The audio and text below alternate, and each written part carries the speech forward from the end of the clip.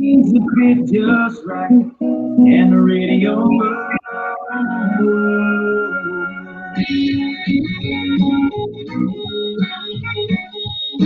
How are we doing, everyone? This is the Ask Us Sports podcast with myself, Shane Miller, my buddy Viggy Betts, Andrew Vigilati down there looking super cool. And then we got the man, the myth, the legend, Kenbo J. Slice. How's everyone doing tonight? Ken, how you doing? I am doing great, Shane. There's a big night, a monumental night for us. I am very excited. Absolutely. And my buddy Viggy Betts down there, a.k.a. Viggy Money. How we doing tonight? Shane, I'm so happy to be with you guys, man, for our debut this evening. And my NRFIs are cashing. Let's get it. Let's go. Let's go. Right into the first segment, we're going to do quick hits around the landscape. Our first topic tonight is going to be Shannon Sharpe. Yesterday on Undisputed with Skip, he called Julio Jones live. Julio picked up, said he's out of there. He's leaving. He's leaving Atlanta. But he's not going to the Cowboys because he wants to win. Ken, how are we feeling about that? I was a little weirded out. Like, does he not think the Cowboys can win? I mean, they're projected to win the NFC East. I think they could win the NFC East. I think, if the season started today, I think they probably would if Dak was healthy. It was a weird take.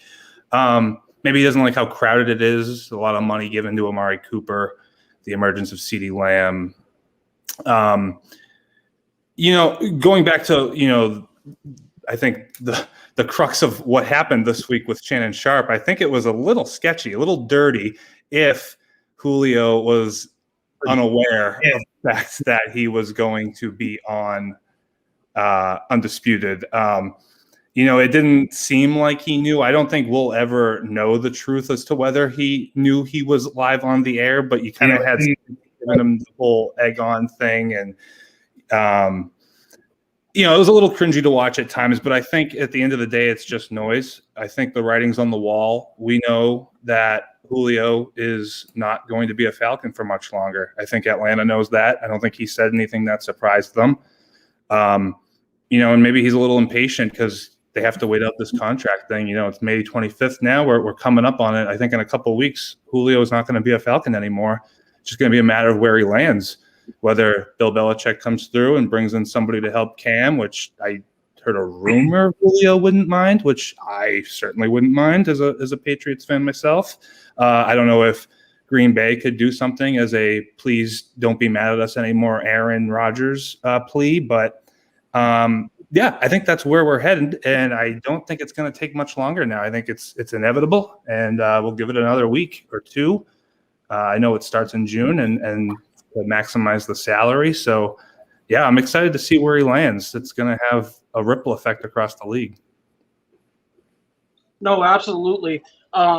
Yesterday, Ryan Williams, who is a prominent sports agent, tweeted out saying this is why he doesn't allow his clients to go on Undisputed is because they pull stuff like this.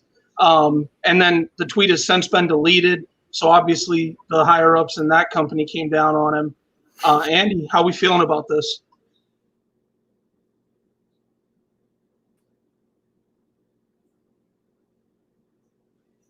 I think Andy's having a little technical difficulties. So I'll say my thoughts on this. I definitely don't think Julio knew he was live. Maybe he got the gist of it when he heard Skip saying that, ask him if he's going to go here, ask him if he's going to go there. And it was just kind of, I don't know, almost childish, I would say, from Skip. He's better than that. You can't be doing that to pro players and setting them up like that. I know there were a couple people on Twitter I had a conversation with yesterday that said that Julio had to know he was live, that they saw Antonio Brown do this whole spiel with the Pittsburgh Steelers and talk his way out of town. And then he quietly comes back and wins a Super Bowl with Brady. But I just don't think he knew he was live. Andy, welcome back. How are you feeling about? How are you feeling about the Julio Jones speculation? Do you think he knew he was live? Yeah, I'm having some connectivity tonight. I sincerely apologize. Yeah, no, it's kind of a ornery situation, right? Can y'all hear me? Yes. Yeah, it's as a fan, it was fantastic television, but from a professional standpoint, it is just not what you want to see from a professional standpoint. If I'm a player right now and I confide in Shannon Sharp, I really have to kind of think about this and say, can I trust Shannon? Shannon has been always widely regarded as, a mentor, a friend to a lot of, NFL stars. And for him to just do this, and again, Julio and the Falcons kind of know where they stand. So I don't think this caught the Falcons off guard by any chance, but, just from a professional standpoint, I got to say, I think it's not the way to go. No, absolutely. I think we can all agree that this probably wasn't the greatest look for Shannon, Julio, or Skip, or the show. Like Andy said, Shannon's regarded as Uncle Shannon around the league to a lot of players. And it's just not a good look for him. Moving forward, we've got about a week old. We've got the Tony La Russa incident with Yermain Mercedes saying what he did was Bush League. He doesn't want his players to hit homers on a 3-0 count when they're up, and they have a random position player pitching. This time I'll kick it to Andy. Andy, what are your feelings on that? Do you think it's good for baseball or bad for baseball, that old school thinking? Oh, it's just awful. I saw the excerpt from La Russa, and I really couldn't believe it. Even if you are an old school baseball guy, you always have to have your players back publicly, at least. If I'm even an old school guy, I'm thinking, you know what, Mercedes, I'll take you into the office. We'll talk about it privately. I may have some teaching moments for you that way. But I would never, ever go to the media and just basically ridicule him and dog him for playing the sport and, trying to win in that bat. It just doesn't make sense to me at all. It really kind of angered me. It's too bad we're doing the show about 6 days later from this incident, from this event, because I really would have been way more fired up about it, 6 days ago if we were doing this show on a Wednesday or on a Thursday as opposed to this week. I'll let Ken and Shane talk more about it. Yeah, Andy. Oh, go ahead. No, go. Sure. Andy, honestly, you're right. I know. When it happened, I felt really fired up. As somebody who does always love and support baseball and doesn't believe in the fact that the trope that baseball is dead or dying, it angers you because it's the type of stuff that does set it back and it does turn off fans, and it probably turns off a lot of the players, I think, as well. Mercedes is a guy who just broke the big leagues. Every at-bat counts for him. Absolutely. He's playing for money. He's playing for salary. At the end of his season or the end of his contract, when he's looking back, not to say that one home run is going to make that much of a difference, but when you're telling him to punt an at-bat, you're telling him to punt the potential to increase his demand, increase what his worth, his value. He's trying to add value. He's trying to add worth. And then for him to sort of double down after the hit by pitch, it's just, I don't know. It is infuriating. If you're going to tell your batters to take the at bat, 3-0 count up so many runs, why are we even playing the game? That you can go implement the mercy rule from Little League days if you wanted to do that. Well, why don't we just call it there? And the other thing that really infuriated me was that I remember La Russa kind of blowing a game a while back because he didn't know about the extra inning runner on second base rule, which resulted in, I believe, Liam Hendricks having to stay in the game, and he made the final out as a hitter because he didn't know that he could put Jose Abreu on second base to start the extra innings. And I read about that a little bit. I don't know if I have that story completely accurate, but if it is true, I would argue that La Russa should probably spend more time figuring out the real rules instead of trying to beat the unwritten rules to death. No, absolutely. And then you've got Lance Lynn coming out, standing up for his teammate, saying, why can't baseball be fun? Why can't he hit a homer if someone's lobbing him a 46-mile-an-hour fastball? Why can't he put it out of the park? And then La Russa said, this is why I have the office, and he has a locker. And that just really, grinded my gears. I mean, you can't show up your players like that in the media. And then saying, like you said, being okay with Yerman getting thrown at. You never should be okay with one of your players getting thrown at. You're their manager. They need to be able to feel like you'll protect them at all costs. And I really feel like he's lost the White Sox locker room. There's no way after that comment about Lance Lynn and Yerman deserving to be thrown at, that locker room can say with a straight face that they have his back no matter what. I think he's completely lost the locker room. What says you, Andy? I was going to say, and I think winning helps right now, Shane. They're in first place in the American League Central, and they're looking really good right now, especially offensively. You have some strong pitching in there, too, with guys like Giolito and Dylan Cease and Lance Lynn. By the way, Lance Lynn is no rookie. He is an established major league veteran in his 30s, for goodness sakes. I mean, you're treating him like he's a teenager or a rookie just coming up from the minor leagues. Are you kidding me? Well, Russa, who do you think you are? Obviously, you're a well-established and Hall of Fame manager and has won multiple World Series, but you haven't managed the game in over a decade until this year when you randomly got the job. I think in all our eyes, it was a random hire. I mean, goodness gracious. Yeah. I agreed, Andy. It doesn't really fit, I think. I mean, that's something that I thought of too as you were saying that. It doesn't seem like it fits what they have. And what they have is arguably the most exciting young roster in baseball, other than maybe Atlanta, San Diego. I would say Chicago's right there in terms of, really being on the cusp of putting it all together and having a really fantastic and entertaining major league product. And to bring in a dinosaur like La Russa is a little strange. I think they could have benefited from having one of those, younger baseball minds to come in and sort of help sort of steer these guys. And I just don't think La Russa has it anymore. No, absolutely. And you've got fans wanting Tim Anderson to be the player manager because how much he's supporting his guys, which I feel is hilarious. But like you guys said, I feel like La Russa should be out, and I wouldn't be surprised if he's out at the end of the year. Moving on to our next topic, we're going to talk about Kwame Brown. He actually put out a statement that I'm going to read for you guys. His statement states as this: "They used to force me to work out for 2.5 hours before games.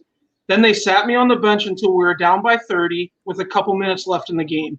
As soon as I made any little mistake, Coach would be on the sidelines cursing and ranting like we were losing the games because of me. MJ never wanted me on the Wizards from day one. He drafted me to trade me for Elton Brand, but the owner of the Wizards blocked the trade. They used to bring old veterans into practice just to have them foul and beat the crap out of me every day. I had Charles Oakley threatening to beat me up. I was an 18-year-old kid, emphasize on kid. Y'all thought I was weak. I'm one of the strongest men y'all know.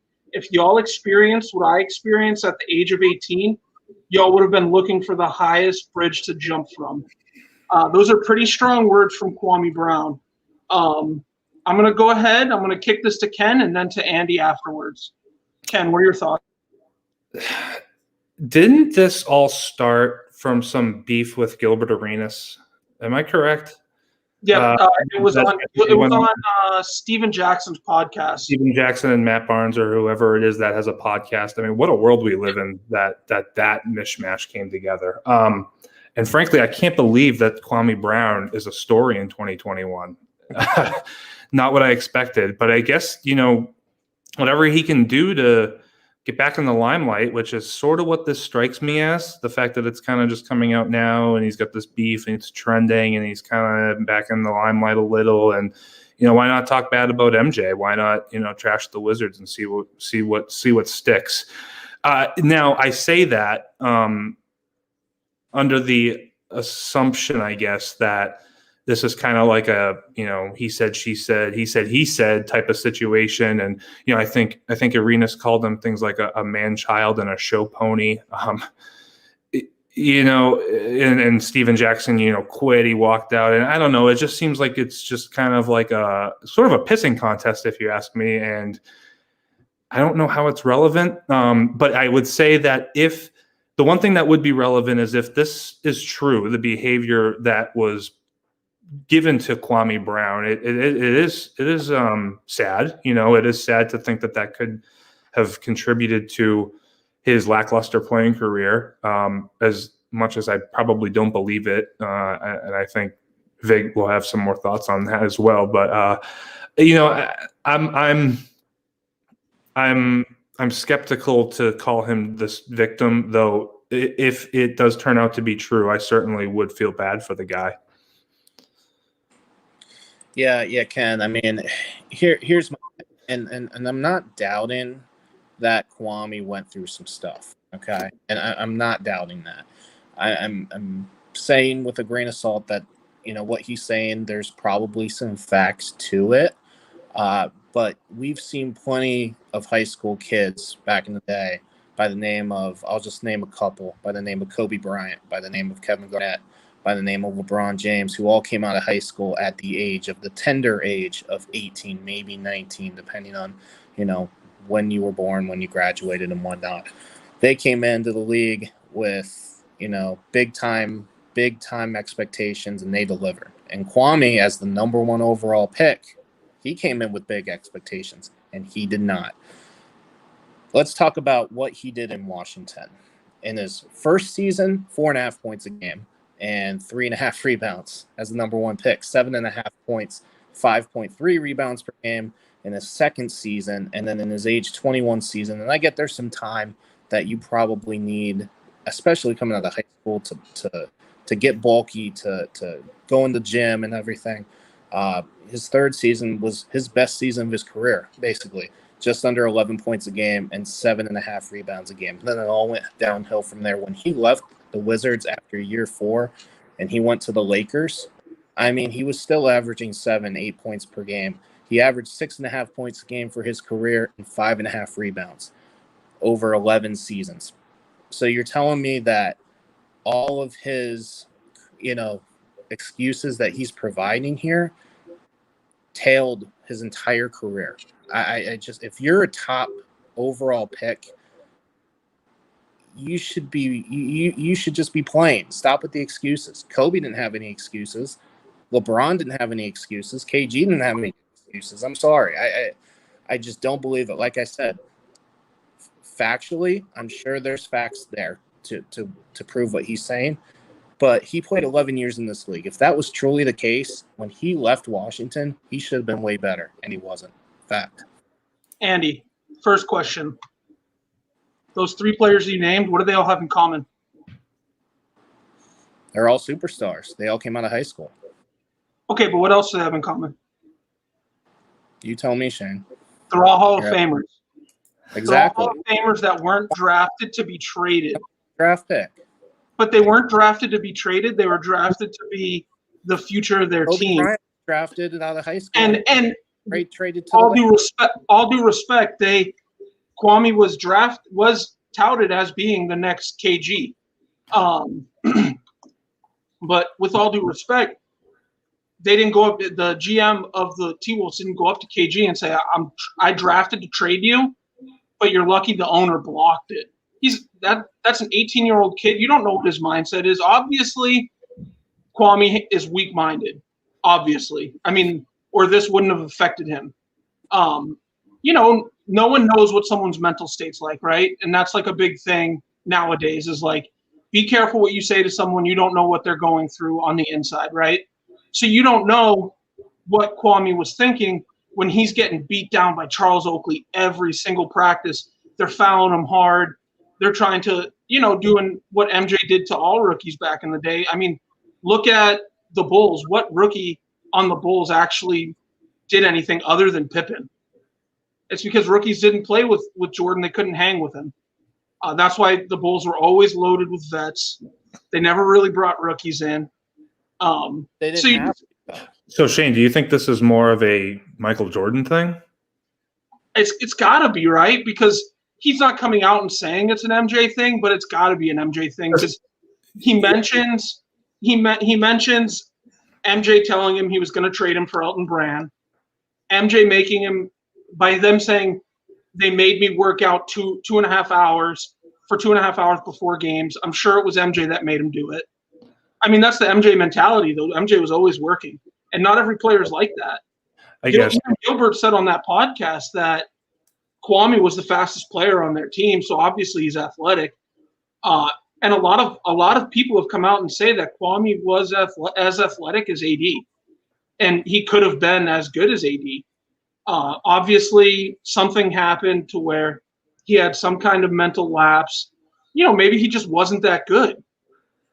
But when you beat someone down like that, an 18-year-old kid, and you're a grown man, I mean, it's gonna take a toll on you, So yeah, I think Andy, you got to look at it from that side. I think that's the one caveat is if it was really that bad that there was this level of sort of mental exhaustion, if you will, I think that's something to look into for sure.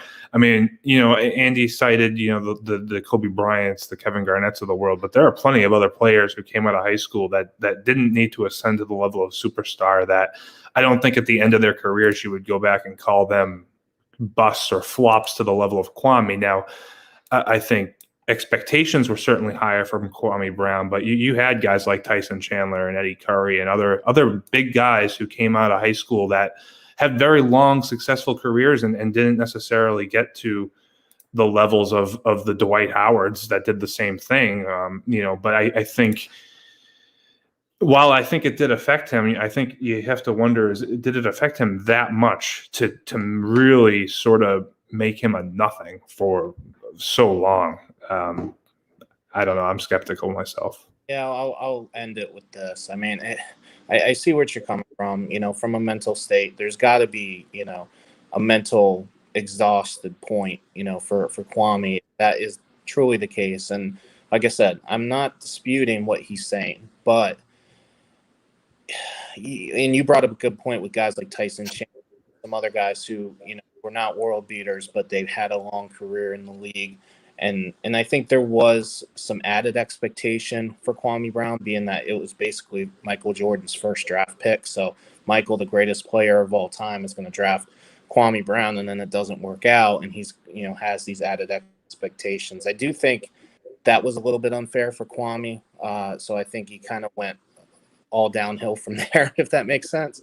But still, at the same time, coming out with this, and 20 plus years later, it just rubs me the wrong way. Mm-hmm. Yeah, the timing's weird. Yeah, the timing is pretty weird. Maybe he got a platform. Maybe he didn't have a platform. Well, a lot of people said too that he came out with this because now he's got a big podcast and he picked up quite a few followers on his YouTube. So obviously, he benefited from it, right? But maybe he deserves to benefit from it and he's got the platform to do it. I think we need to look at it from both perspectives because I definitely see where Andy's coming from. He wasn't great. I mean, the only other player that I can think of off the top of my head that was even similar to flaming out like Kwame is Sebastian Telfair, and he was awful with the T-Wolves. So, I mean, that's kind of where I'm leaning with it. Moving on, we're going to go ahead and jump into some NBA action. Let's go ahead and talk about the NBA playoffs. Right now, Brooklyn's playing Boston. I'm not sure the score. Ken, you know the score? It is Brooklyn by a lot. Got it. Yeah, so we pretty much know how that series is going to go. Andy, how do you think that series plays out? If let's just put it to you this way. We don't need to go too deep into it. If the Brooklyn Nets don't make the NBA Finals out of the Eastern Conference, it's a big-time disappointment. We'll see what happens out of the West.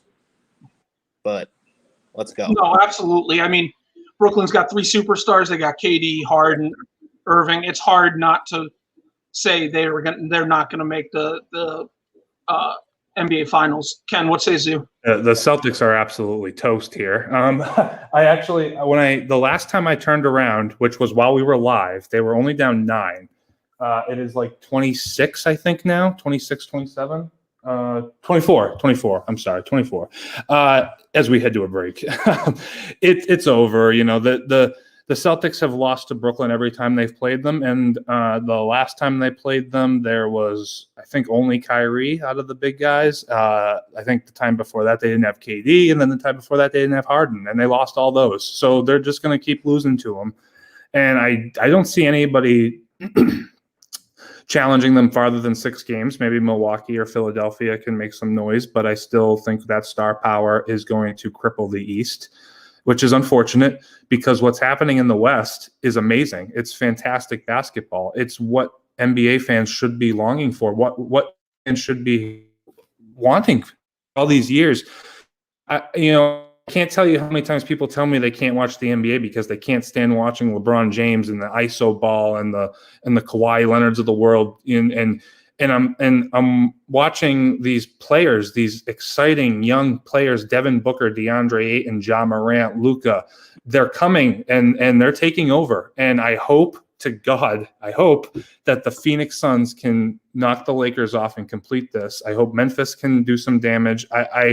I want this youth movement. I want this upheaval of sorts to reinvigorate the game and give basketball other cities something to cheer for.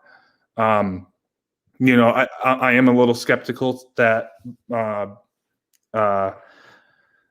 Lakers are going to kind of roll over here. I think, it'll be a series, but I like what Devin Booker's doing. I like what DeAndre Ayton's doing. And we have the leadership with Chris Paul. I think, they're loaded. And there are some other loaded teams in the West that you wouldn't think of because it's always been Lakers and Warriors and Clippers. And this is really sort of, I hope, a changing of the guard. And if it's not this year, it's certainly coming. And my fear is that we're just going to get to the finals and Brooklyn's going to win anyway and sort of squash that. But I think you should really enjoy the Western playoffs while we have them because I think it's going to be some of the best basketball we've seen in a few years. That's my personal opinion. Let's not forget the veteran presence of Chris Paul on Phoenix. He's just been fantastic and a great mentor, kind of a coming together for both DeAndre Ayton and Devin Booker, for sure. And we kind of saw it last year at the end, in the bubble in the postseason, how Phoenix kind of got things together. Then you add a guy like Chris Paul, just kind of makes everything good. So I'm really excited to watch Phoenix continue. No, absolutely. And staying in the East real quick, the series that really intrigues me is actually the Atlanta series against the New York Knicks. You're really seeing Trae Young come into his own. He had the New York Garden chanting "F you, Trae Young" after the game.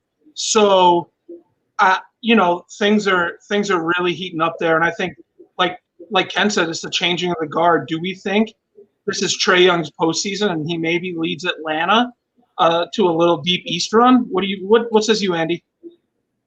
Certainly possible. I would love to see Trae Young, do his thing, get into the second round, even the finals, the Eastern Conference Finals. But something about the Knicks just being in the postseason, the story of Julius Randle and what he's done this year, is really kind of sparked my interest. Just how long the Knicks have just been just the laughing stock of the Eastern Conference. 20 plus years, ever since the Allen Houston days and the Patrick Ewing days. It's just been a struggle for them.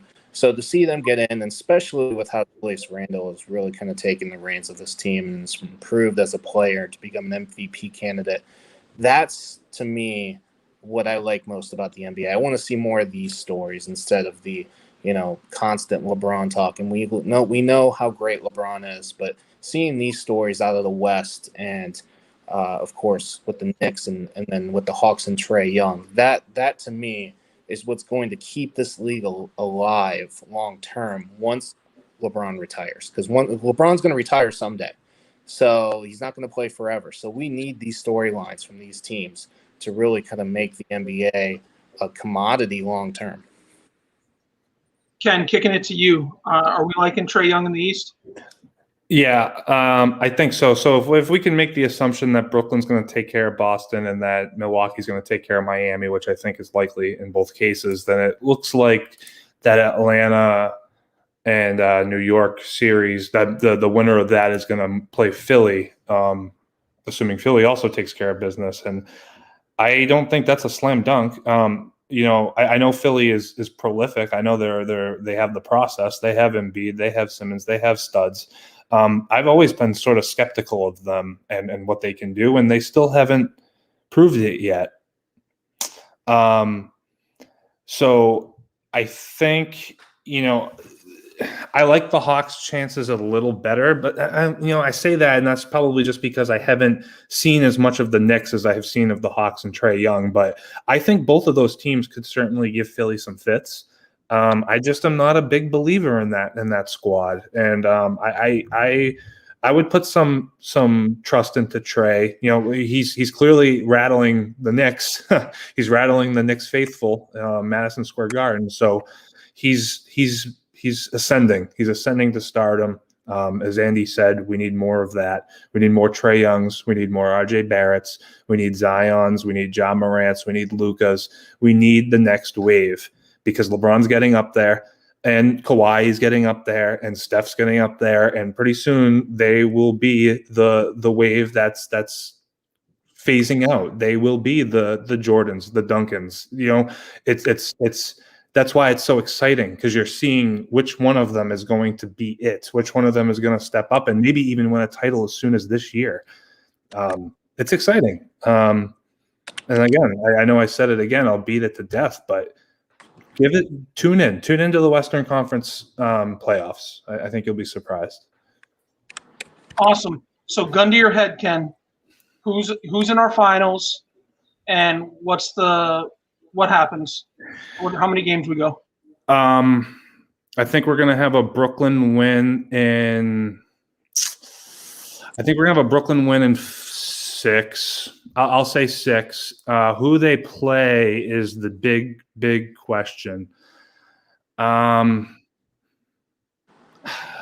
Phoenix is the trendy pick, but they got the Lakers, and they're gonna. And I don't know. It's not gonna be. It's a typical 2-7 matchup. I think it's a 2-7 matchup with Phoenix as the 2 and the Lakers as the 7. But really, if you ask people, they would just flip the numbers, and Phoenix would be the 7. Look out for Dallas.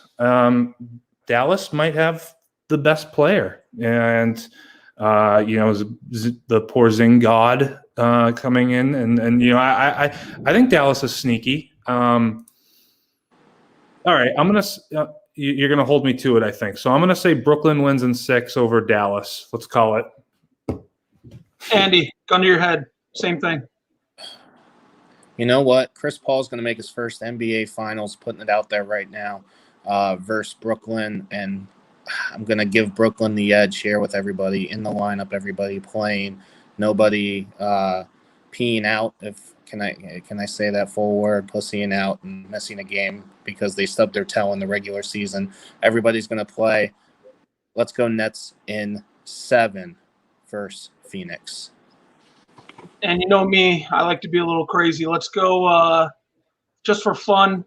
Let's say Memphis wins it all with Ja Morant. I knew you were going to do that. I knew you were going to say it. Against Atlanta. Trae Young, Ja Morant, finals. The internet explodes. And Ja gets his first title. And everyone thinks that Ja is superior to Zion. The card game explodes. Oh, the card game super explodes. Ja PSA 8s go up.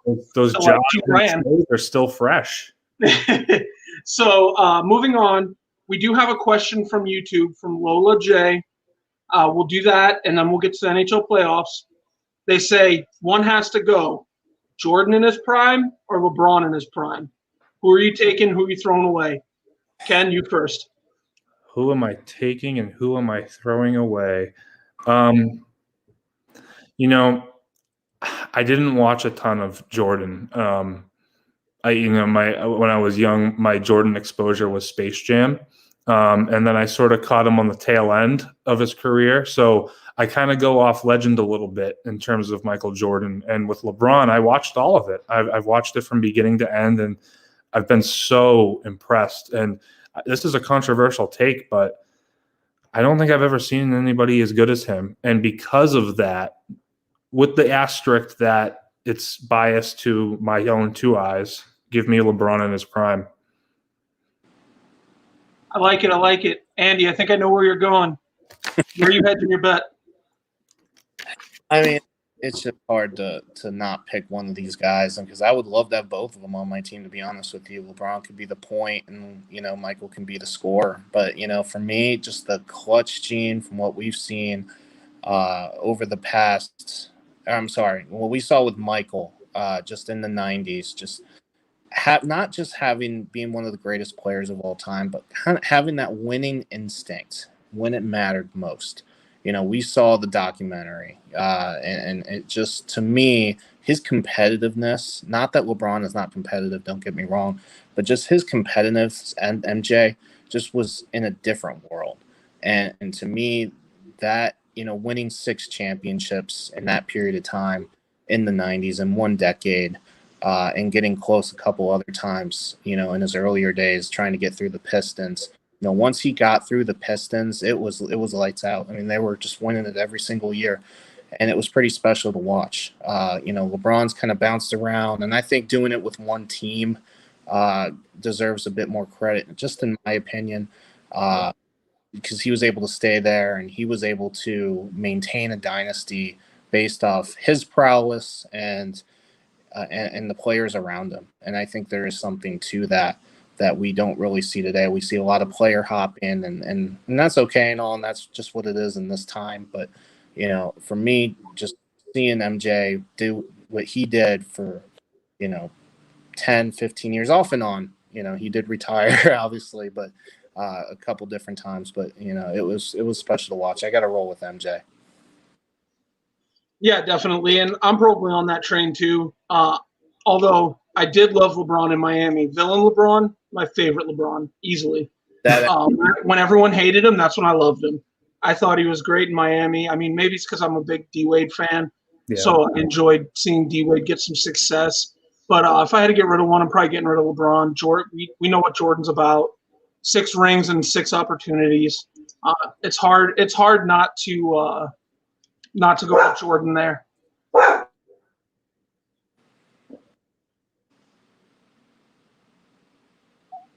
All right, moving on to the NHL playoffs. We've got Boston, who advanced. We've got the Islanders, who are up 3-2. We've got Carolina tied with Nashville. They're tied 2-2. Tampa leads on Florida 3-2. Winnipeg advanced in the Western Conference. Toronto's up 2-1. Vegas leads Minnesota 3-2. And Colorado advanced. I don't know how that's going to play out, but I'm probably going to say that Colorado probably has the best chance to really make some noise and possibly win it all. What says you, Ken? Agreed. I've been on this Colorado bandwagon all season. Not a huge hockey guy, though I do have a little bit of knowledge just from a long career of fantasy hockey, surprisingly. More of a hockey guy than a Bruins guy, believe it or not. So, I had some exposure to Colorado this year. I've watched a lot of their games, believe it or not. And their firepower is basically unlimited. They have Nate McKinnon, who is probably, in my opinion, top 1 or top 2 forwards in the game. You have Landeskog, you have Mikko Rantanen, you have Cole Makar at defense. You have Grubauer, who has ascended to a top 5 goalie this season. So they have a lot of firepower, and they absolutely whooped the St. Louis Blues 4-1, 6-3, 5-1, 5-2. It was never even a series, and they move on to the next round. I fully expect they will continue to take care of business. Vegas, Minnesota. Then you have Toronto and Montreal. You have going against Winnipeg. It really, to me, it doesn't matter. Colorado is too good. They're too strong. They're going to come out of that region. They're going to come out of that conference, if you will, with the reshuffling, whatever you want to call it.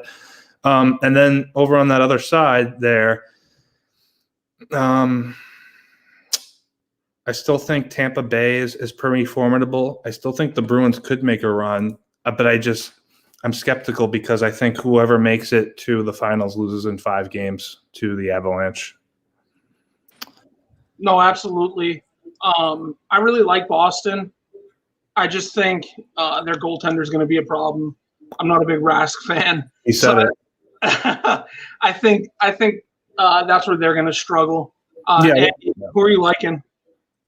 You know what? First off, before I give my prediction, that was an epic collapse by Edmonton the other night, being up 3 goals and late in the third period, and then losing in overtime when they're down 3-0. They were looking to win Game 4 and not get swept, and man, that was brutal. But how can you go against Colorado in the Western Conference right now? I will say this: don't sleep on Vegas.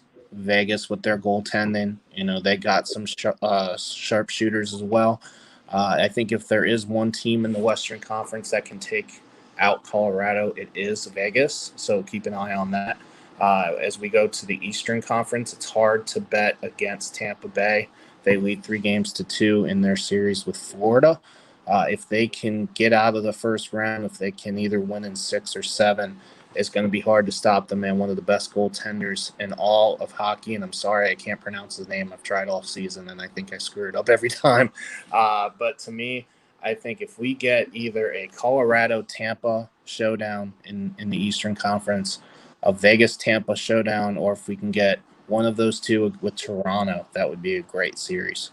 But for my taking, I'm going to go with Colorado. I think they have more offense than Vegas does. I think goaltending is a push, but I'm going to go with Colorado with their offensive attack. And I'm going to go with Tampa Bay because I think they have the better goaltending over, say, a Boston long-term or even a Toronto. Toronto can be a little leaky at times, as I've seen this season. So I'm going to go with Tampa and Colorado, and I'm going to side with Colorado. No, absolutely. Ken, gun to your head, who you got? I'm sure it's Colorado, but who you got? Colorado. I think it's Colorado. I think it's over Tampa or over Boston. I think it's going to be one of the two, and I think it's going to be 5 games. I could see it also being Pittsburgh. I want to pick the winner of the Bruins and the Islanders/Penguins series, though that series, the Penguins and Islanders, is still going. Though I think the winner of that probably that's my pick anyway. But it's the Avs in 5 for me. No, absolutely. And as Vegas's #1 fan, self-adorned, I want to go with Vegas pretty bad, but I just don't see him being able to match the firepower Colorado has. Colorado's goalie's insane. As much as, Ken and I's friend group, we talk about it, and there's one guy that's not a big fan, but I think Colorado probably wins. I could even see Colorado winning in 4. They're just that good. I don't think there's anyone that can really match them. But anyways, moving forward and onward, we're getting into our sports betting segment with Viggy Bets, a.k.a. Viggy Money. Andy, tell us about what you do. Thank you, Shane. So I will start with this. When I created my Twitter account, Viggy Bets, go ahead and follow me if you don't already. I will follow back, so definitely make sure you do that. I created my account no less than 2 months ago, kind of short and sweet, really just kind of wanting to put my plays out there and give the best analysis possible. I wanted that to be my separation point because you have a lot of cappers out there that just put out plays and don't offer really any in-depth analysis, or they make you pay for them. And that to me is, just because you're making people pay doesn't mean you're better. and a lot of times, and I've done it, and I've tried multiple sites or multiple Twitter accounts from, multiple ones that make you pay for picks, and it just doesn't work. I usually end up losing more than I win.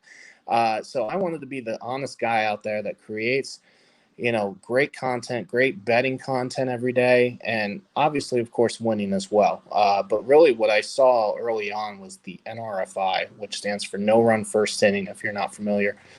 From a baseball standpoint, it is the best bet in sports, in all of sports, in my opinion. First of all, it's quick, 10, 15 minutes, maybe 20 minutes tops, depending on the first inning. And if there's runners on base, it's quick, it's fast, it's on the edge of your seat. One pitch can ruin it, or one pitch with runners on base can cash it for you, a double play. Strike them out, throw them out, double play, or even like the Yankees had a triple play the other night. If that happens in the first inning, what a way to cash. So for me, I found that was a huge niche out there. And that's what I do every single day. I give out, my opinion, the best NRFI picks for the day.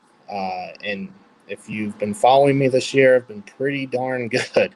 85 and 67 on the season. We had a massive slate today with 7 plays. That is abnormal. That doesn't happen very often. I hate doing 7 plays in a day, but I can't help it. Today was a great day. We went 5-2 on the slate with our no-run first inning bets, a couple bad luck losses in there. But you know what? 5-2, I'm eating, I'm living, and I'm racking in the cash with a 5-2 day. So that's kind of what I do during the baseball season. During the football season, we'll have some fun NFL and college bets as well. So it depends on the season. Right now, we're in full-fledged MLB NRFI season. Once we get to the fall and the winter time, we'll be doing some other awesome stuff. So follow at Viggy Bets, and let's win some cash together, baby. Hey, you said quick and fast. I know that's synonymous for Viggy. So,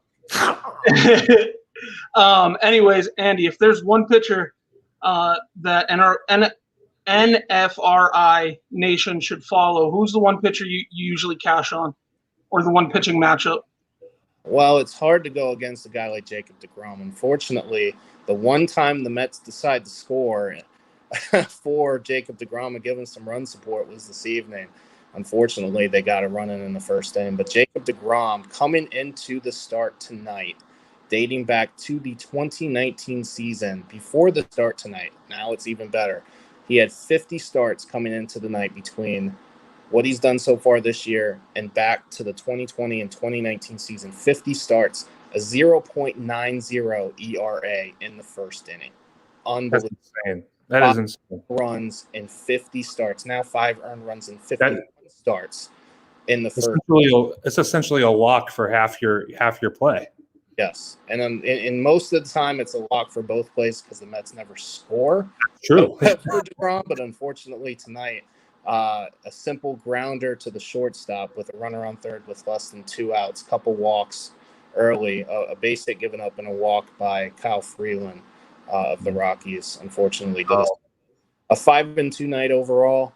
The other loss being the White Sox and Cardinals, unfortunately, but everything else cashed tonight, and we're looking great. So follow me every single day. We're doing these NRFIs every single day. We might have 1 in a day. We might have 2. We might have 3. We might have 7 like today.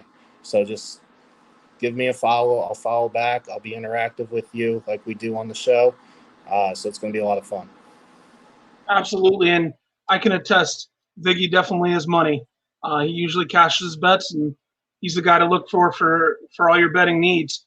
Moving forward, Andy, who are you putting your money on to win the World Series? Wow. This I would like to think this answer could change here since we're only in the end of May. But to me right now, it's not the Dodgers, I'll tell you that, although they have the most talent. But you look at a team in the American League like the Chicago White Sox. The Chicago White Sox, to me, just have it all, in my opinion. They have what it takes to go deep into the postseason. And keep in mind how well they're doing. They're in first place in the American League Central, like we said earlier. Their offense is fantastic with guys like Yerman Mercedes and Tim Anderson and Jose Abreu. And there's guys like Luis Robert and Eloy Jimenez who are on the disabled list or on the injured list for much of the season. They may get both of them back in September. How scary is that lineup when both those guys are going to be back in there? And then you got the pitching staff like Dylan Cease, and we went over this earlier. Dylan Cease, Lucas Giolito, and Lance Lynn, to name a few. So to me, it's hard to overlook the Chicago White Sox with how well they're playing right now, and I think they can bring that into October. They felt the loss of last year's postseason, and I think they're more than motivated to get back there this year. Ken, we all know you're a big Red Sox guy. You got $100. You putting it on them to win the World Series or what? I think I would, just for the sheer fun of it. When you ask, I think this is a different question than who do you think will win the World Series. Who you think will win the World Series versus who would you put $100 on to win the World Series are different questions. Because even if you think the Dodgers are the best team, the 3-1 odds or whatever it was, it's not as fun. It's not as spicy, if you will. I'm sure Ziggy Betts will back me up on that. So there's a couple teams that come to mind for me. The Red Sox being one. I just love the swagger. I think the Alex Cora effect is real. For a sport where people say the coach, the manager doesn't matter, Alex Cora, I think, certainly matters. He has certainly changed the feeling of that clubhouse, and I fully expect the Red Sox to be there through September to the end. But I also wouldn't sleep on Tampa.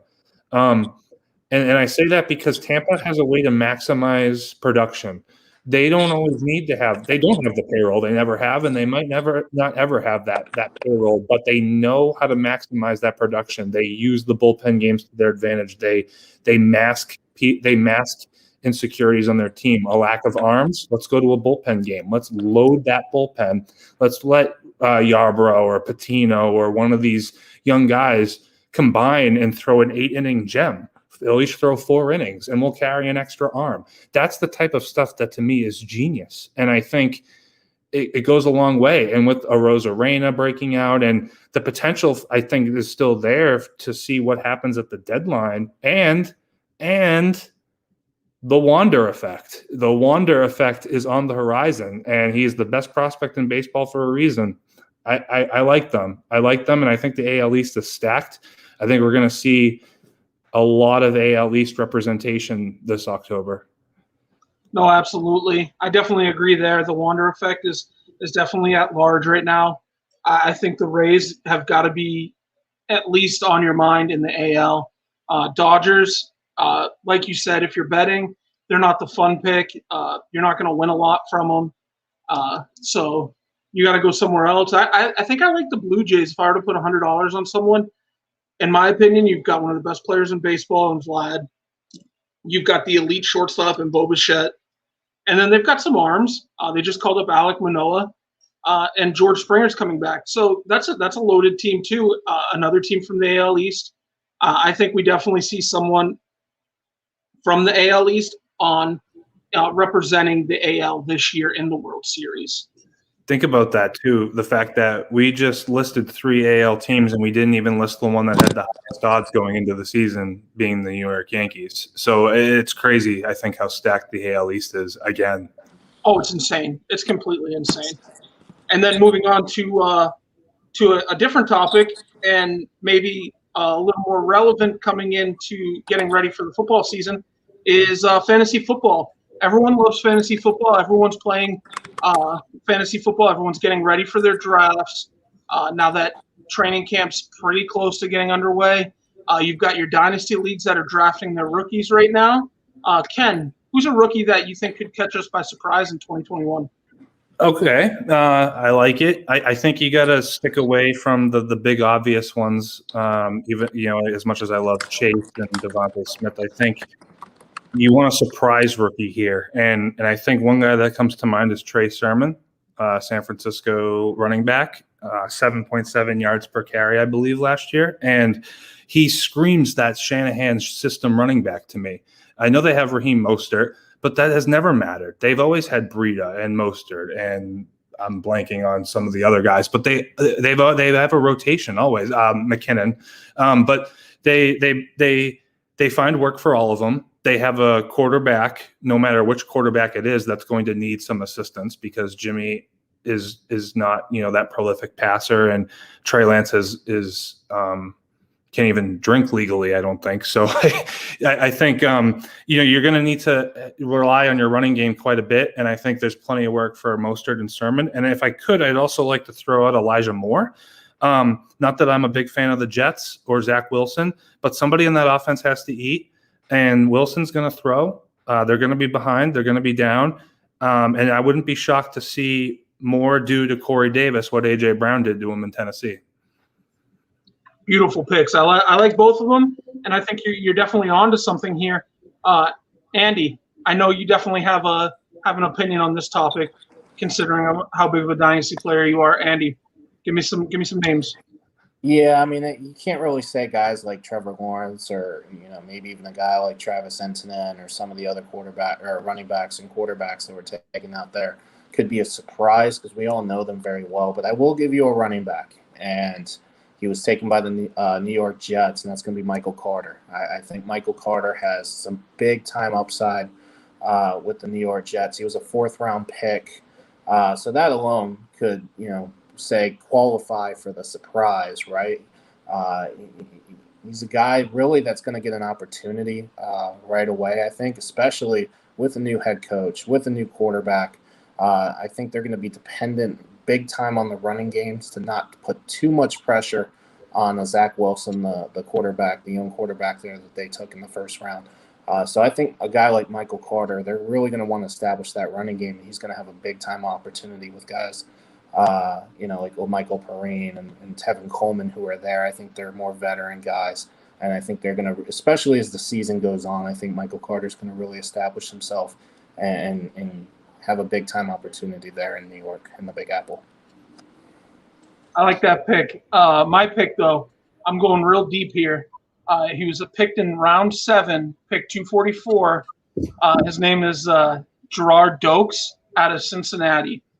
He was drafted by Miami. Big, bruising running back, runs a 4.5. He's got some speed. In Miami, they've obviously got options. A lot of people have been saying that he's a James Robinson prototype. So, maybe we don't see him in week 1 or 2 or even 3 or 4, but maybe week 5, Myles Gaskin blows a wheel and they need to go to Dokes, and Dokes comes in and he starts doing what James Robinson did for Jacksonville. And Miami's got some talent too. So, and they've got a decent offensive line. So we could see this kid make some noise as a 7th round pick. Obviously, you're not going to draft him in redraft leagues probably. Maybe you put him on your watch list. But in dynasty leagues, he's 100% worth a late round pick and just stash on your bench if you've got a deep bench. Great kid. I think he really does some good work for Miami. On the flip side, we've got rookies that could bust in 2021. I'll start with this one just because I think it's one of the most obvious, and that's Zach Wilson. I don't know if the Jets have the talent around him to make him be the 2nd overall pick. I don't think he was worth that pick. I think a lot of people are going to draft him as a backup quarterback, and I think I'd rather have Ryan Fitzpatrick as my backup quarterback rather than Zach Wilson. Moving on, Ken, what says you? Who do you think is big bust this year? I share the Zach Wilson sentiments. I share that with a good handful of the rookies, including Trey Lance, assuming he gets the job. I know there's a lot of ceiling with those guys, but I think with a backup quarterback position in fantasy, you're going to want a little bit of stability in terms of fantasy points, not stability in terms of good quarterback play. And I think, Ryan Fitzpatrick, Jameis Winston, if he gets the job, those are the types of guys you probably would want to be looking for. Free with the potential to do more. I think Jalen Waddle might not perform, and I like the kid. I don't like him as much as his counterpart Devontae Smith. I don't want to beat up on Tua, but Tua worries me. There are some other mouths to feed there, and just seeing the type of NFL game he played, it's not something that I would bank on for fantasy purposes. I would take the other rookie wide receivers before I took Jalen Waddle. I'd even consider, as crazy as this is, and I haven't looked at ADPs, but there's Nico Collins in Houston as well, and that's a team that just vacated the fifth most air yards and the fourth most targets in the NFL last year, and they really only have Brandon Cooks. And if Watson's the quarterback, there's still going to be a passing attack. And I like Nico Collins. I think I would take him over Jalen Waddle. That might be a hot take. I don't know. I haven't looked at ADPs or rankings yet, but that's just what comes to mind. No, I share that sentiment with you. Nico is actually, I think he's getting drafted after Rashad Bateman of the Ravens. And that's mostly because of the uncertainty with Deshaun Watson. True. So yeah, it's kind of like an all bets are off if Tyrod's the quarterback. So you want to wait and see how things play out. I think when you do your fantasy drafts, especially redraft, you'll know a little bit more about that Houston situation. If you're drafting in Dynasty, I think you still take Collins. Obviously you still take Waddle in Dynasty as well, but I'm thinking mostly from a redraft perspective. No, absolutely. And I'm gonna kick this to you, Andy. Who are you liking as a bust this year? I guess liking probably isn't the word. Who do you think is gonna bust? This is really tough. You talk about a guy, and I hate to put this potential label on him, especially early on, because I think he could be absolutely a beast. But Jalen Waddle concerns me a little bit, and that's not because of his talent. It's because of the uncertainty with Tua. And obviously they played with each other in college at Alabama, but, we didn't necessarily see Tua, be lights out in the NFL. And I think Waddle could certainly help with that. But if Tua is not necessarily on his game, we saw him getting taken out a couple times in last season for Ryan Fitzpatrick late in games, just because Brian Flores didn't trust him. And I hope that we see the evolution of Tua this year, and I think there's a good chance of that. But if not, I think Waddle might have a rough start to his career.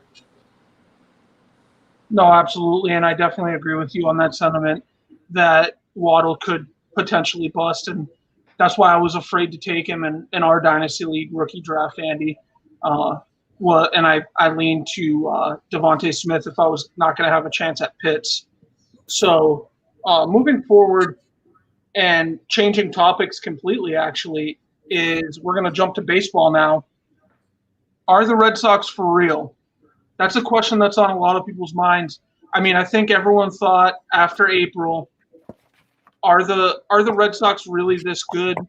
And then into May, they're still winning. They're still doing their thing. They're still having a lot of success. I'm going to jump to Ken here first because he is from the area, and I kind of want to get the vibe you're getting on the street. Are Red Sox fans really excited about this team, or are they still kind of optimistic? There's hype. I think me personally, I was skeptical for a month, maybe 6 weeks. I was one of the longer skeptics, but I think the sentiment has changed. We went into this season expecting last place, and fourth place would have been Baltimore. But I think we were expecting third or fourth place, and now we're talking about a potential playoff berth, and I don't think that's something that we expected. I think it goes a lot towards Alex Cora. He comes in, he takes back. He really took where he left off. Picked up right where he left off. He's been fantastic. He makes he gets the most out of these guys, and Boston fans certainly know it. But I would ask, do casual baseball fans know how good Rafael Devers, and Xander Bogaerts are? Because it feels like maybe they don't, and I know the hype is starting to grow a little bit on them, and I may be thinking, my card collectible mind, but these guys are incredible, and they have taken immense steps forward this year. Devers has an OPS over or close to 900 with 13 home runs. Xander's OPS is over 1,000. He's batting .340 with 10 home runs. I mean, he is the best shortstop in baseball. He's fifth in OPS in all of baseball. They have JD Martinez, who is just supercharged this year. They have a great lineup. They have less than ideal pitching, I would say, but we still have yet to see what's going to happen with Chris Sale. He is working his way back. He's supposed to be back, and hopefully Erod can Eduardo Rodriguez can right the ship. But I think they're legit. I'm a believer, and they will be there to the end. Whether that results in a playoff berth, I don't know, but they will certainly be competitive, which is all that we could ask for up here. No, absolutely. And as a Red Sox fan myself, I'm super excited. I haven't really missed a game. As we're talking, I've got the Red Sox on. I'm just so excited. I can't believe how good they're doing. My boy Alex Verdugo is just killing it. I love him. I was so happy when we got him in the Mookie trade. I know people were kind of upset that Mookie got traded, which is, fair because we didn't get back Gavin Lux or Dustin May or even Walker Buehler. We got back Verdugo, but Verdugo has really produced, and I think he's one of the leaders on the team. And he's pretty young. I think he's 25. The whole team's pretty young still. Even Xander and Raphael are pretty young. Like you said, Xander's been awesome. Andy, as a Braves fan, are you worried about the Red Sox getting to the World Series? Well, first of all, I don't see the Braves getting to the World Series right now out of the National League the way we're playing. So I'll try to answer this question with an objective point of view. And I'll say, yeah, Boston's legitimate. I mean, you take a look at their team and at their team stats and where they rank in terms of not just the American League, but the entire Major League landscape. Well, first of all, Boston is second in the majors in runs per game offensively, 5.9 or 5.19.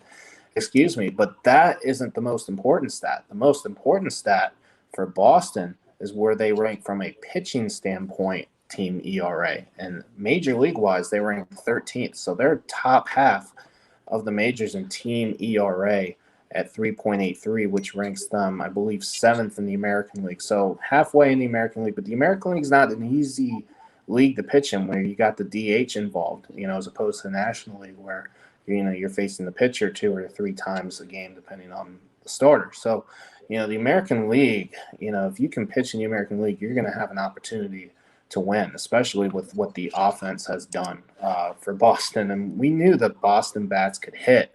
It was just a matter of could they get the pitch in? And that is really what has turned Boston's season around. It's not necessarily their offense because we knew, guys like Rafael Devers and JD Martinez and Xander Bogaerts and company there can swing the bat. But I will highlight Rafael Devers, 13 home runs, 39 RBIs this season, been a huge catalyst for Boston.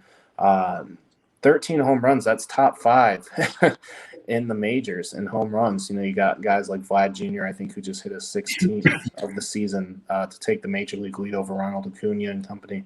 But, you have guys like Devers and JD and Bogaerts and Verdugo just smashing, but you have the pitching there. Guys like Nick Pivetta, who have stepped up big time this year for the Red Sox. Garrett Richards, who's pitching well tonight for Boston against my Braves. So as long as the Red Sox can get that pitching and solidify it at the end with their bullpen, they're going to win. And I see that happening, especially if they can potentially get Chris Sale back by the end of the year. That could be an even bigger addition, whether he would just go to the bullpen, at the end of the year or start. It would be a huge addition. It would be like a trade deadline acquisition for Boston without having to give up anything. So I definitely see Boston being in the thick of things in a very tough American League East where you have Tampa, who is on a huge winning streak. I believe they won 11 in a row coming into the day. And the Yankees, who have found their groove as we enter in the end of May here. And let's not forget that Devers is doing all this primarily out of the 5th spot in the lineup. He doesn't have JD hitting behind him. He doesn't have Bogaerts hitting behind him. So imagine if he had someone like that protecting him. Maybe he gets more pitches. Maybe he's got 16 homers like Vlad. Do you think that's a big factor, Ken? Do you think if maybe he had someone to protect him, he'd be doing even better? I mean, he is batting, I believe, in the 270s. His OPS is approaching 900. It's in the 840s, 850s, maybe the last I checked, if I remember correctly. I think that's going to definitely help. I think it's helping JD. I think it's helping Bogarts. I think who do they have primarily batting behind him right now in the 6th hole? Is it Verdugo? It's Vasquez. Verdugo hits second. Usually Vasquez is up. Yep. Okay. So for it's. I don't know what you can do. There's not a lot of glaring holes for the offense, but it's certainly worthy of consideration. I think his 270, 13, 38, 39 line that he has right now, I think he's, from a fantasy perspective, he's establishing himself as like a 2nd round pick. So I don't know how much more you could do in terms of adding something behind him to increase to me, that's splitting hairs or being a little nitpicky of what has already been just an absolute fantastic breakout. Although not as impressive as Bogarts' breakout, it's still very impressive nonetheless. No, absolutely. And that probably is being nitpicky, but I think as a fan, I'd love to see maybe Verdugo lead off and then Devers hitting the 2-hole in front of either Bogarts or Martinez. Yeah. But then you don't really have anyone protecting Martinez or Bogarts, whoever they decide to hit 4th. So, I guess it's devil's advocate. What would you rather have? But moving forward, we just mentioned Vlad having the league lead in homers. Is he cementing himself as the best player in baseball? Or do we still have that? Is that title still up in the air? And maybe Acuna could also be considered for that title. Andy, I'm going to throw this to you first. Do you think Vlad is cementing himself as the best player in baseball right now, or is Acuna still pretty much right there? Yeah, I love Acuna. Obviously, my boy with the Braves. It's hard for me to say Acuna. It's hard for me to say Vlad without thinking about Mike Trout. And, we are kind of forgetting Mike Trout right now because he's on the shelf 6 to 8 weeks. But when he's in there, man, it's hard. It's hard not to say that Mike Trout is the best player in baseball.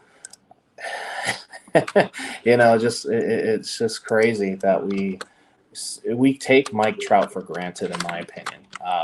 We come to expect a 330 average, 40, 45 homers, 100 plus RBIs this season. Coming into, before his injury, 333 batting average. On base percentage is 466 with an OPS of 1,090 with 8 homers, 18 RBIs. Keep in mind that was in 36 games. So, he could be having even better stats if he was healthy. But you can't knock on Vlad and Acuna, especially what Acuna is doing. At the top of the lineup for the Braves.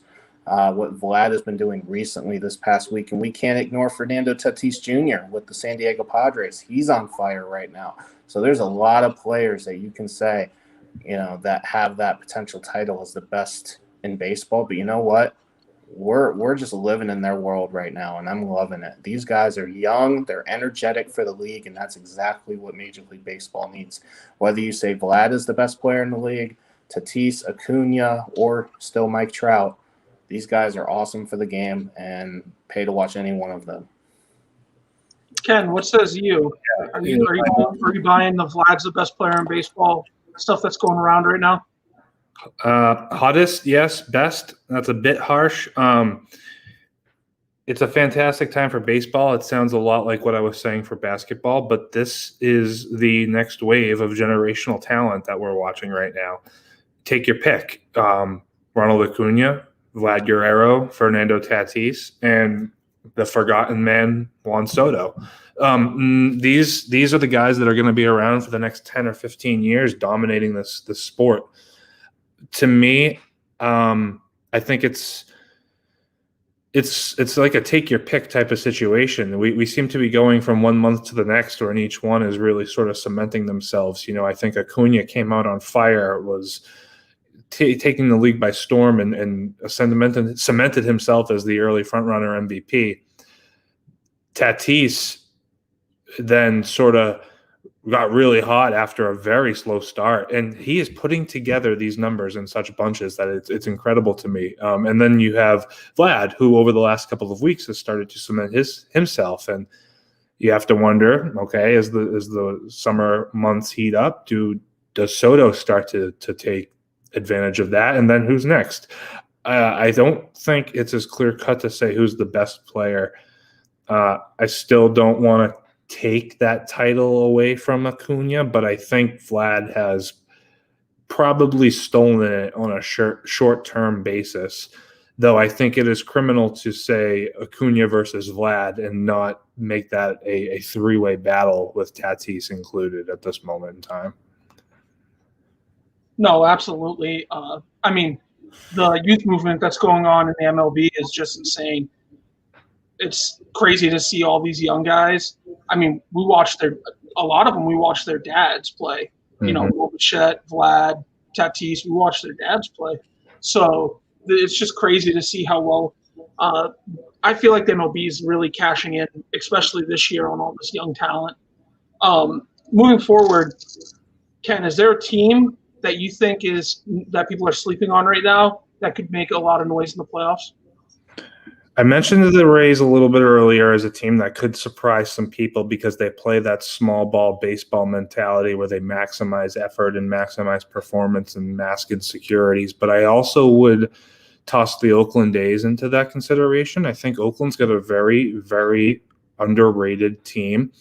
You know, casual baseball fans might not even be able to name somebody on the team, but you see guys like Laureano and Olson and even their catcher Murphy. You catchers don't hit, but Murphy hits. He's batting 280, 290. I mean, these are all solid players. Jed Lowry. I mean, like, it looks like a ragtag band of misfits that sort of reminds me a little bit of old Red Sox teams, to be honest with you. And maybe that's because they've taken some of them, but Matt Chapman is another one. Like, I really like what they're building, and I think, you know, on the backs of with some of those arms, the Manayas, the Bassetts, Kaprelian, I'm not sure if I'm saying his name correctly, but former first round pick that hasn't been able to stay healthy is now getting major league pitching time as a starter for the A's. You know, don't sleep on Oakland. I think they're legitimate, and I don't know if it's a surprise now because of how good they are, but San Diego is awesome. They're so much fun. They're the most improved team, in my opinion. They have, you know, Tatis and Machado. They have Darvish and Snell. They are they're loaded with star power, and they're loaded with prospects. And in the next couple of years, the San Diego Padres are going to be a World Series threat. I have no doubt of that. So I would say Padres and A's from each conference. Those would be, or each, those would be my two teams. Sure. And we all know down there, Viggy Money knows all about the A's and Mark Canha and how he destroys the NRFI nation. Andy, give me a team or two that you think surprise everyone. Canha did it for me once. Mitch Haniger's done it a couple times for me up in Seattle. So we'll give Canha. He did it one time. That was an accident, you know. But Haniger is on my shit list. Sorry for the language, but if we're going from a surprise team here, you mentioned a team in the National League West, Ken. I'm going to mention another one. That's the San Francisco Giants. They're definitely keeping everybody on their toes in the National League West, including the Dodgers, including the Padres itself. 28-19. They're in third place, but they're a game and a half out of first place. And you take a look at what the Giants have done this year. Yes, they're a great first inning offensive club. That is true. They get up early and they use their pitching to secure victories. But the Giants as a team rank sixth in Major League Baseball with team ERA 3.26, and they also are in the top half of baseball with runs scored, 13th in Major League Baseball, averaging just over 4.5 runs a game. So, you know, they're putting it together with guys like Yastrzemski. Talk about a name that we heard a lot back in the day. But he's doing well. You know, got guys like Buster Posey, who are just having renaissance seasons. Evan Longoria, to name another one. Brandon Belt having a great season as well. So, you know, they're all kind of they're all kind of those veterans that are just putting it together offensively one by one there in San Francisco. You have guys like Alex Wood, who's pitched really well. DeScalfini, the former Cincinnati Red farmhand, is pitching really well for San Francisco. And, of course, former Brave Kevin Gausman towing the rubber tonight. He was not good as a Brave, but he has been lights out as a member of the San Francisco Giants. And, of course, another veteran, Johnny Cueto, has done great things for San Francisco. So, you know, they really have a pitching staff. They have great veterans all around on their team. Their windows now, they have a great opportunity to at least secure a wild card spot. And we've seen San Francisco just go on postseason runs. You know, last decade we saw 3 World Series victories for the Giants, and you know, kind of similar club. You know, veteran laden. They had the young guy in Posey. Now Posey's the veteran, but you know, they could put things together. They can at least get a wild card opportunity with 2 spots there. Get into that game, or they could win the division outright. The Dodgers are down right now. They're going to get healthier, but the Giants, I think, can have some staying power. So I like the Giants. It's a surprise. No, and I love that pick. The Giants are an amazing pick. They've got great veteran leadership. Evan Longoria has really surprised me. I loved Longo as a Ray. And I don't know if that's sacrilegious to say that as a Red Sox fan, but Longo was just amazing as a Ray, and I love seeing him have some success in San Francisco. If I were to pick a quick surprise team before we move on, it'd probably be the Cleveland Indians. I really like what they're putting together in Cleveland. I don't know how much of a surprise they are, but they are playing fantastic. They've got a great rotation headed by Shane Bieber. I really love Bieber. Franmil Reyes has been great for them, the Franimal. Love that nickname. Franimal. A1 nickname. Probably top tier, in my opinion, in MLB right now. And Jose Ramirez has been fantastic as well. That team is just very good. I really see them making some noise and really pushing the White Sox to the brink, that young White Sox team that we talked about earlier. But moving forward, Can I just give my one more team just real quick, but I'll be very brief. Watch out for Milwaukee and the NL Central. I mean, they're 2 games back, but they have some studs in the rotation. You know, Corbin Burns, Brandon Woodruff, Peralta. You know, if they can get healthy with Kane and Yelich consistently, watch out. That National League Central will have plenty of opportunity to be had this summer. And Milwaukee being 2 games out, kind of written, you know. They tread water. You know, you got to give them credit with Kane and Yelich predominantly out of the lineup, and they're starting to come back now. And watch out for them. And one of the best closers in baseball. And they do, Josh Hader, not to mention. Andy, would you say you have better hair than Corbin Burns? Mm-hmm. Moving forward, Ken. Yeah. I feel like you've got some really interesting stuff to talk about in this next segment.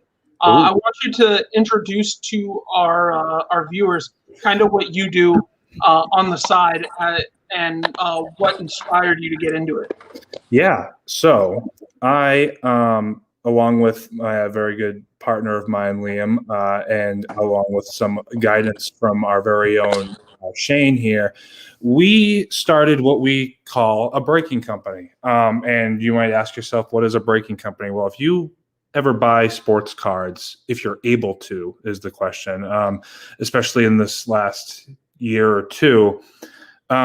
You might have heard of breaking. Breaking is the act of essentially spreading shares of a box of cards to multiple people. You can think of it like if you and a bunch of friends got together and ordered some food. You all pitched in a certain amount. You might have all pitched in the same amount.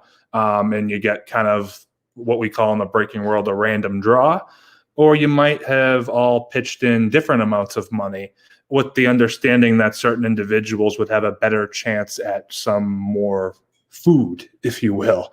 And that's a way of saying, you know, you might have a break where between 32 teams, each spot costs you $20. And with that $20, you get the rights to all the cards in that box for whatever team you get.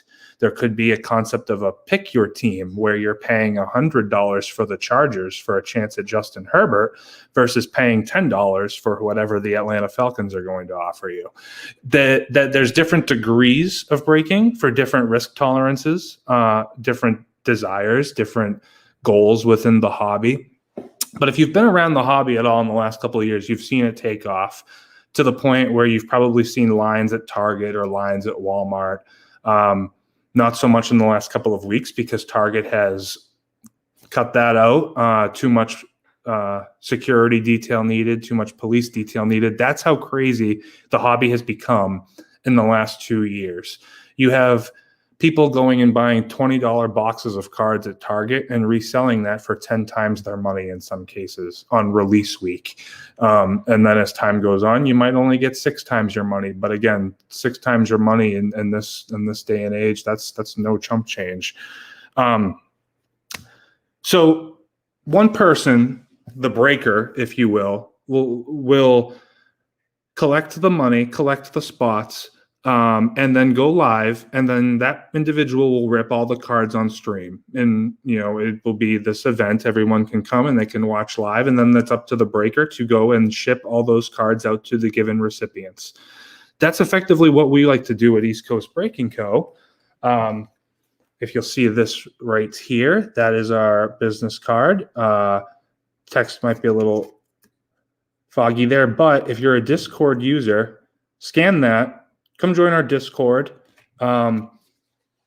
It's a great time. It's kind of like a little small community within the hobby. There's a very lively community on Twitter. There's a very lively community on Instagram and other parts of Discord. But at East Coast Breaking Co., we started this not as a money-making scheme. We started this because we really got back into the hobby. We loved it. And we did some breaks with some individuals, and we didn't really have a good time.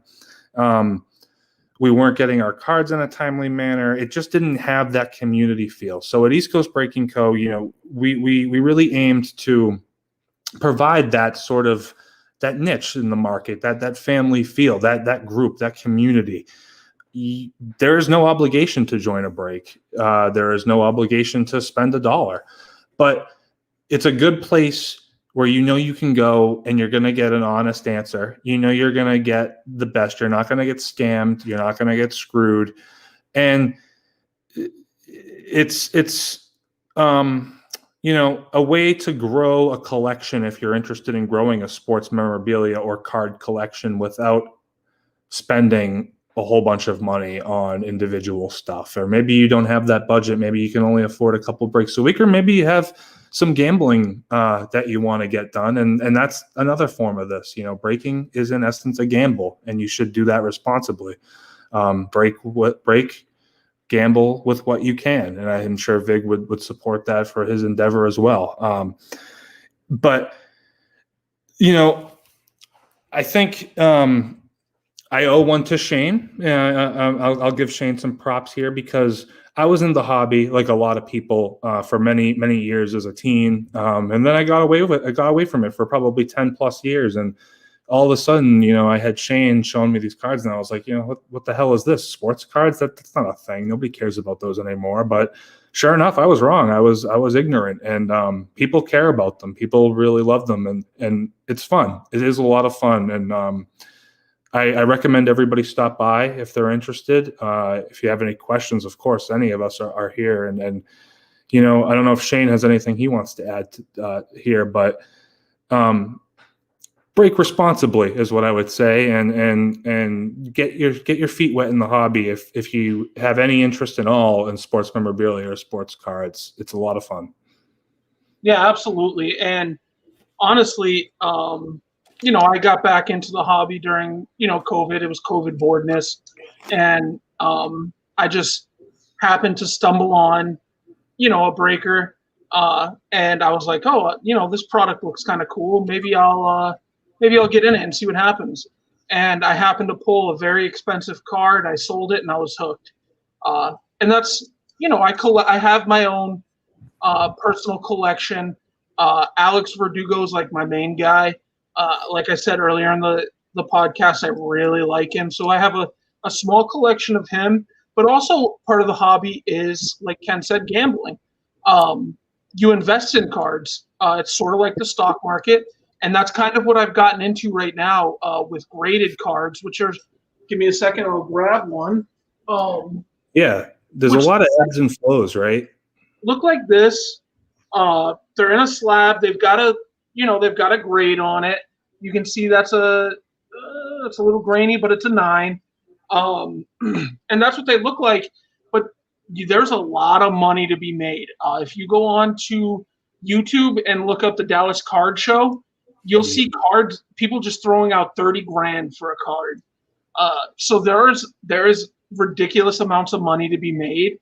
And right now, that's what I'm into is making big plays, and getting cards that are liquid that I can quickly move, get more money, invest into bigger cards. And I know Ken's getting into that side of the hobby as well, with not only breaking. I was telling Ken before the show, right now my big play is U.S. men's soccer, which is Christian Pulisic and Weston McKennie. I've made a couple plays on them. And we'll see how that works out. I think with the World Cup coming up and them being the face of U.S. men's soccer, that those cards become liquid gold the closer we get to World Cup, and even the UEFA, since Pulisic's playing on Chelsea. So we could see a pretty big spike in his cards as well. Ken, what are you currently getting yourself into right now? Yeah, I like how you phrased that, because it's kind of like the stock market with the ebbs and the flows of the intraday stuff. And because it's so active and because there's so much activity, these things go crazy. Vlad has hit how many home runs over the last week, and his card has surged 20, 30, 40%, depending on what card you had. It's really incredible. And it goes to Shane's point, don't be married to your collection. I guess it depends. You're going to have your cards that you're married to, and then, it depends what you want to get into, because some people do exactly that. They'll go to a Dallas card show. There was a story of a guy who traded a bunch of Mike Trouts plus cash to get a 1-of-1 Justin Herbert autograph. People are doing these crazy big deals. A lot of cash. A lot of cash. Yeah, it was sort of crazy. Like, Mike Trout rookies, are you serious, for Justin Herbert? Like, that could go so wrong. But that guy could flip that Herbert for profit. And that is how crazy the hobby has become. Me, personally, I might look into some Patrick Mahomes, because as the hobby has gotten so big in 2020 and 2019, so do the print counts, and so does the population of these cards out there. Mahomes beat that. His rookie was back in, don't quote me on this, 2017? 2017. Yeah. So his rookie was back in 2017. He beat that pandemic rush. So his pop count might be low, and there might not be that many Mahomes out there left to grade. Or if they are, maybe they're not going to get those 9s and 10 grades. So to me, I really like Mahomes. He's safe. He might go up in value if he never plays another snap again, to be honest. Those are the types of plays I'm looking into. Another thing that's interesting, if you have the stomach for it, and it goes back to that population argument I meant, but there's a bit of a buy low situation on Topps Chrome PSA rookies, base ones. Their pop counts are high, so people are sort of, panicking, if you will. But to me, those are the short-term people, the people looking to flip and make a buck. Well, as I said earlier, these are generational talents. These Acuñas, these Sotos and Tatis and Bos and Vlads. They're not going anywhere. They're only going to stick around, and these are their rookie cards. There aren't going to be more rookie cards of them. As time goes on, less of them will surface. And yes, more of them will be graded than there ever was before. But PSA is not even accepting submissions right now. You can't submit to PSA unless you're I forget the term, but you have to be a member to submit. Thank you. So when they reopen, and they will reopen to the general public, I expect a surge. I expect a surge in the slab market, and I think that's going to be something to look out for. Well, I sent Ken today a pretty big tweet from not super prominent guy in the community, but he was saying that a lot of these people that sent cards before the pandemic happened they sent what's called a group submission. So they send it to one person, and that person sends it off. And a lot of the group submission people don't collect the money up front. So we may see a lot of these people bail on their group subs and leave this guy holding the bag on a lot of cards coming up because they submitted cards that, like Kobe White, for instance. A lot of people, Kobe White was super hot last year, and now he's super died off. So a lot of people might be scared off by that. And those are the short-term people, like Ken said, because the hobby's not going anywhere for the next 6 years. I see it being pretty prominent. There's so many people in it, and there's so many people from that left Wall Street to get into cards because the cards were tangible and it was easier to liquidate their funds through cards. So you've got a lot of big players that are still in the game. So I don't think we see cards take a huge loss for another 6-7 years. And even if they might not ever take a huge loss again, you never know. I'm back so fast. I'm skeptical that we'll ever see retail cards in public again. Like, not to say that you won't score them every once in a while. You might get lucky, but I think the days of walking in and seeing a fully stocked shelf and you can grab the pack you want, those days are over, in my opinion. I don't think they'll ever be coming back. And to be honest, I really liked what Target did last week. I was able to get a Mega and 2 Bowman blasters, and they both shipped. They're all 3 shipped. They're on the way to me. And I didn't have to leave my bed. And I didn't have to almost get shot in the parking lot. So it was great. I thought that was very good. I know right now Target's talking about an increase in price where blasters will be $30 to $40 and Megas will be $70 to $80. So that it kind of deters flippers. But what people don't understand in the community, I know they don't want flippers, but flippers are what stimulate the hobby because of flippers. That's making it popular, and that's what's giving their cards value. And I'm not a flipper per se, but if I get a card and it raises $100, $200, or it's going for $1,000, I'm selling it, and I'm just going to reinvest into what I like. Exactly. And those are the people, that you like to see in the hobby, the people that will trade up. They'll the good people are the people who will flip those products, and then they might put that money right back into the hobby. And as an example, I have, this is my Grail card. This is the most expensive card that I have ever hit in a break. I don't know if you can make it out. It's an out of 5 dual auto of Vlad and Tatis, 2 of the hottest players in baseball. And is that on card? Yes. And I'm considering selling it. And it's hard because there's not many comps. It's not something you see every day, but I'm considering selling it, and I'm considering that as sort of my basis to maybe flip it towards Patrick Mahomes, maybe flip it towards something that I see growing at a better rate than something like that. And why do I, it's a personal feeling, what kind of knucklehead looks at a Tatis Guerrero dual auto and says you got to get rid of that? Well, there's things that go into it. My personal perspective is, a dual auto comes with inherent risks. That card is surging. Vlad is red hot. Tatis is red hot. That goes back to what Shane said of capitalizing on the market. Sometimes even if you don't want to sell a card, it makes too much logistical sense to hold on to it. You might be able to buy it back later on, months from now. So yeah, that's just one thing I wanted to mention as well. And real quick, coming up, just in case anybody was curious and what's kind of on the horizon for the card game. Officially tomorrow, the 2021 NFL product line starts. It did officially start with Score, but Score is no good. So we'll ignore Score for all intents and purposes. But Panini Legacy comes out tomorrow. Panini Legacy is your first real chance, I say, at the Trevor Lawrences, the Zach Wilsons, the Josh. Four Kings is tomorrow too. Oh yeah, you're right. You're right about that. I'm not too much into the breaking of basketball. It's a different niche. It's a different crowd. Personally, I'm more of a football breaker, sprinkle in some basketball.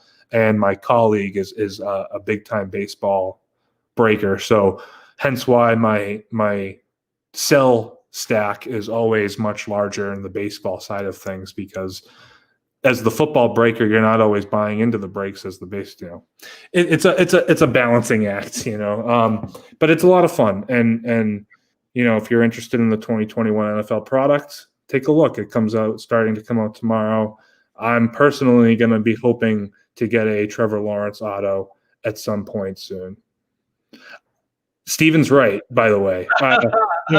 Steven, you are absolutely right. I'm glad you I'm not totally glad you pointed it out, because you outed me. But we did talk about this before we went live, and I did go through my closet looking for a Hawaiian shirt. It was a failed effort. We did not have one. But if that's the look, I'll go to Kohl's tomorrow and take it. Next week, Ken. We'll give you a pass tonight. Thank you. I had to rock the Michael Scott Paper Company, but next week we'll take care of it. Ken is running a break right now over on our Discord in ECBC, and I was telling him that I was thinking about getting into the Jerry Jeudy game in case Aaron Rodgers decided to take his talents to Denver. I feel like Judy's market goes up huge. So, of course, me being the savvy man I am, I had to go ahead and grab the Broncos in his Chronicles break. Yeah. Hopefully hit a few Judys. It's a cheap one, actually. So, if anyone's interested, it's a cheap break. No team is over $18 that's left remaining, I believe, and that team is the Packers. Still plenty of good teams left. And we're shooting to break it tomorrow. So if you're interested, let me know. Andy, real quick, I want you to tell us kind of your experience with the hobby. You had a pretty good story last week on Jason's podcast, and I just want to touch on that real quick before we sign off.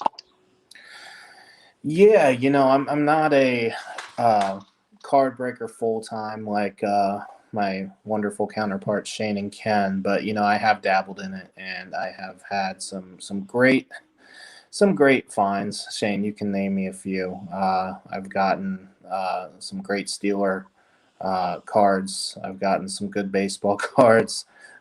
So for me, Shane, tell me your favorite one of mine what's your memory? You build a pretty cool Claypool, and then you've got that Claypools. You got that Deontay Johnson signature, and then remember was it a football or something with Deontay Johnson? It was I can't remember graded number wise. It was a football auto. It's got a piece of the football on it. It's a piece of the pigskin as the actual card. Yeah. It's pretty smooth. It's pretty cool how they make the cards nowadays. It's not just your standard, feel of the card. There's actually, a lot of great design with it too. Is there a Grail card, Andy, that you would put on your mantle per se? If I ever got a Jerome Bettis auto, I would die. We knew that was coming. For real, kind of the same thing. I've always, wanted the Jerome Bettis autographed, jersey. I would put that on the mantle. Same thing with the card. That would make my world. Yeah, I haven't got. And that's the thing. I mean, you don't have to be super involved in the hobby to appreciate it. Is the best way to put it. But that's all we got for this week, guys. I had a lot of fun. I hope you guys did too. I hope everyone that listened had a lot of fun. Ken, tell me where I can follow you. You can follow me right there. It is on your screen. It is right there. Kembo J Slice on Twitter. That's my personal. If you are interested in the card game, look for at EC Breaking Co. East Coast Breaking Co. But that's EC Breaking Co. And that's where you'll find me usually on Twitter, but I am also on my personal account as well. And hope to hear from you guys soon. Biggie Money. Let the people know. Yeah, at Viggy Bets. That is my betting Twitter. You can also follow me, my personal account, at Andrew_VIG. So a couple different places to follow me, but definitely follow me at Viggy Bets. I will follow you all back. It was a fantastic debut week. I apologize for the technical difficulties at the beginning. We'll get that right for week 2. And this is an awesome opportunity appreciate being with y'all, and it's going to be a hell of a summer. Yes, thank you. Yes, sir. For listening. And you can follow the show at Ask Us Sports. That's Ask Us Sports. And then if you want to, you can follow me at S_Miller_27 on Twitter. Give us a follow, guys. Give us a shot. The show has been so much fun. I'm super excited for next week. Episode 2 is going to be even bigger, even better. Let us know what you want to see. Yeah, absolutely. What do you want us degenerates to argue about? Let's do it. Put some comments on YouTube. Tweet at us. Tell us that our shirts look stupid and we should try a different theme for next week. Only I look completely out of place. Sunglasses will be back for week 2, by the way. I survived having sunglasses on in a kind of a darker room tonight. So 5 and 2 overall, NRFIs, by the way, as well tonight. Wow. 5 and 2. Overall, Biggie Money's making money. Kembo and I, we're trying to keep up. We'll see you guys next week. Love you. Bye, guys.